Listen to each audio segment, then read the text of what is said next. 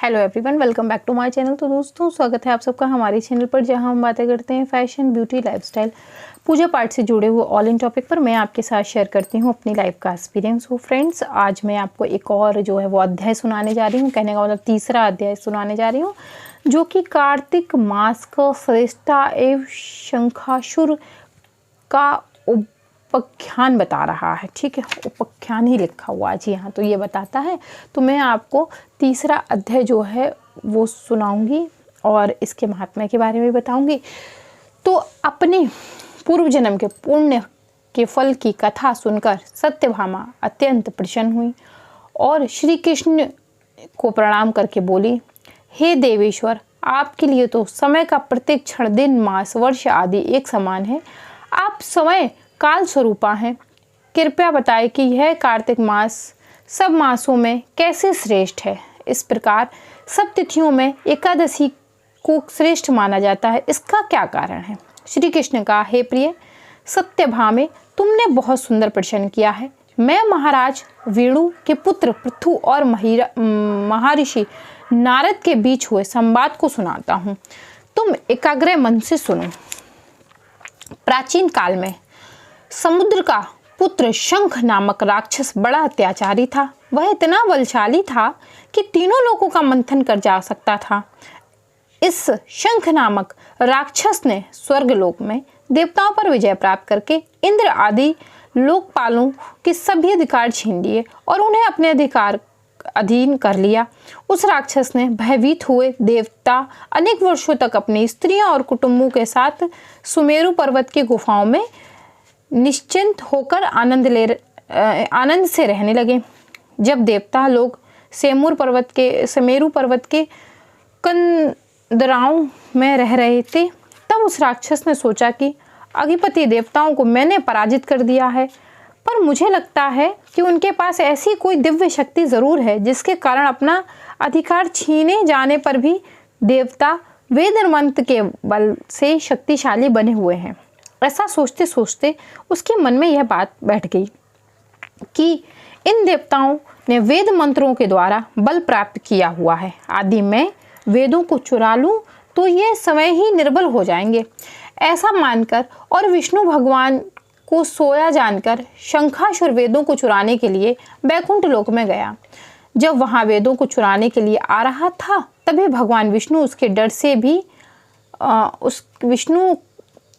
उसके डर से वह सभी यज्ञ मंत्र अपने बीज मंत्रों सहित लेकर जल में छिप गए। शंखासुर भी उनका पीछा करते हुए समुद्र में विचारने लगा, परंतु बहुत समय तक खोजते रहने पर भी सभी देव मंत्रों और बीज मंत्रों को ढूंढकर एकाकृत नहीं कर पाया।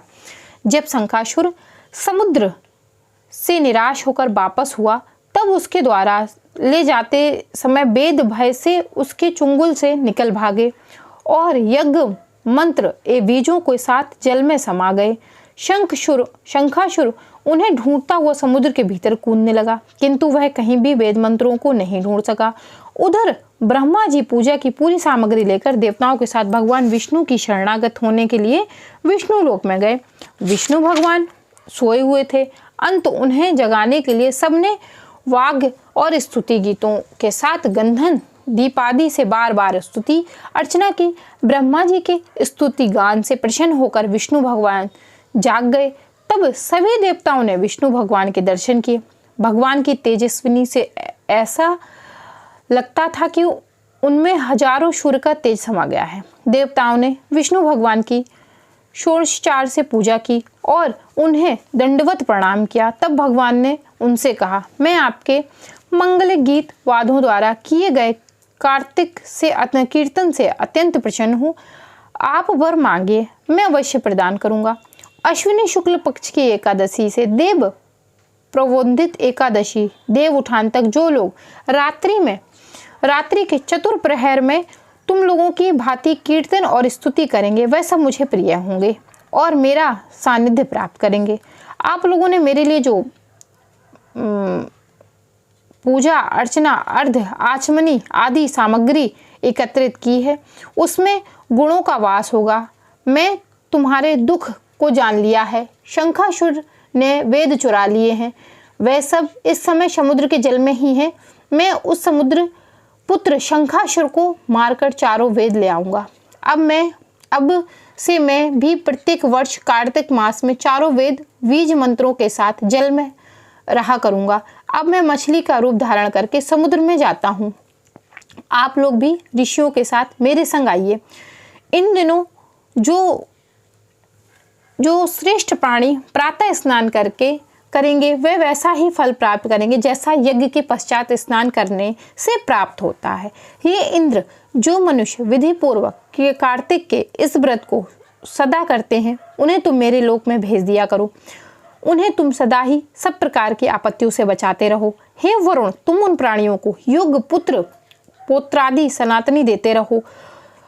कुबेर, तुम उनके धन वैभव की वृद्धि करते रहना। यह मेरा आदेश है। यह समझ लो कि कार्तिक का व्रत करने वाला मेरा रूप धारण करके मोक्ष प्राप्त करता है। जिसने आजीवन यह व्रत किया है उसे आप भी स्नेह से देखते हैं और मुझे भी परम प्रिय हैं। इसलिए प्रत्येक मनुष्य को सुखी और निरोगी रहने के लिए कार्तिक महात्मा एकादशी की कथा सुनकर उनको नियम पूर्वक व्रत का पालन करना चाहिए। सो फ्रेंड्स, ये था जो है वो तीसरा अध्याय जो मैंने आपके साथ शेयर किया। आशा करती हूँ ज़रूर पसंद आया होगा। अगर पसंद आया है तो वीडियो को लाइक करिए, चैनल को सब्सक्राइब करिए, फ्रेंड एंड फैमिली के साथ शेयर करना बिल्कुल मत भूलिए। और आप मुझे इंस्टाग्राम पर ज्वाइन कर सकते हैं। मैं मिलती हूँ विद अ न्यू वीडियो। तब तक के लिए जय Shri Krishna, Radhe Radhe, bye bye friends, bye bye.